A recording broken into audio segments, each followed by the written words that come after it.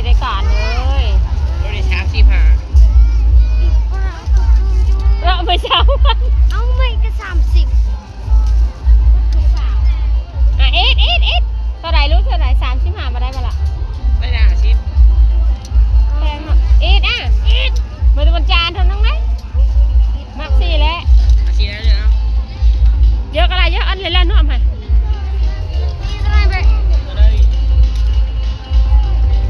ใส่ด้วยบอลเชดงใส่ธงให้เราเนี่ย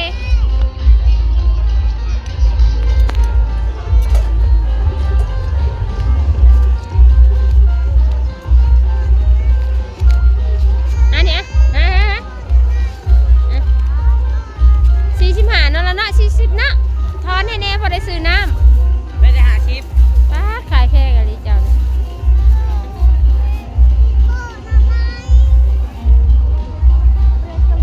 อันจะมีนิวจาได้กี่เลย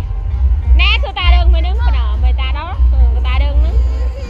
อันจะมีนิวจาได้ในในคลองโซจังได้ชิน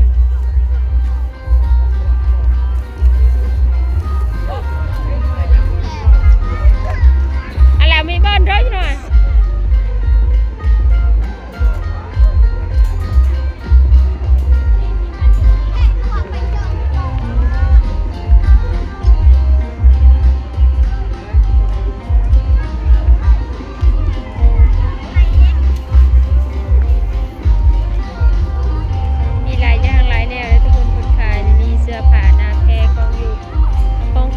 กินมากมากมากไม่มีลายแห้งทุกคนเป็นงานบุญใหญ่เนาะทุกคนเนาะได้อยู่ไก่กันมาเด้อมาลินมาเที่ยวเด้อป่าลุงมูเพื่อนทางเฟซและทาง YouTube แม่น้องเดือนติดตามแม่น้องเดือนในกดไลค์กดแชร์ในป่าลุงเลยมาลินมาเที่ยวได้เด้ออยู่บ้านพลงามเมืองอาจสะพรแขวงสวรรณเขตทุกคน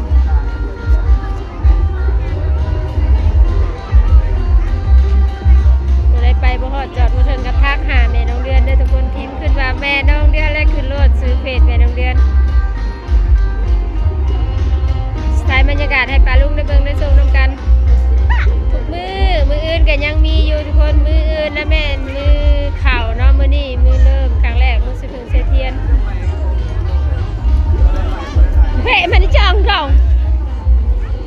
มา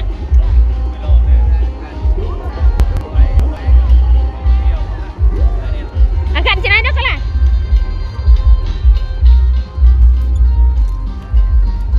ไว้ยี่จ้องเราไว้จ้องด้วยบนจิบกัด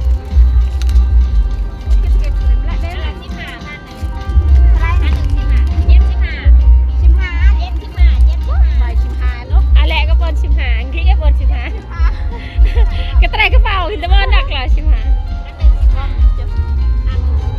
โซนทางใน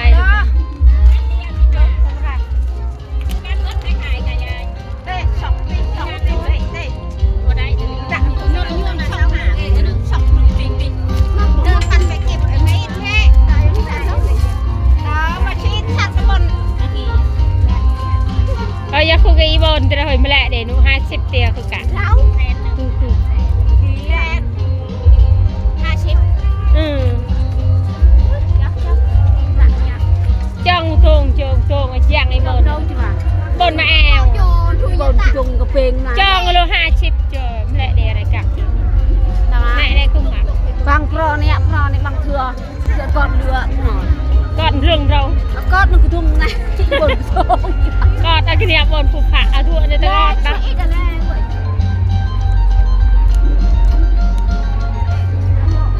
เจอได้ทงยีบอลอะไรกี้ไม่เหงาราจังจ้าดักหลา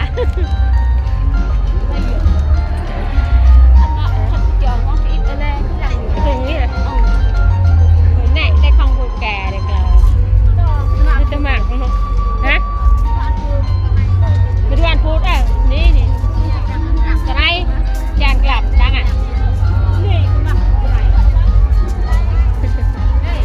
และตะกี้ก็ได้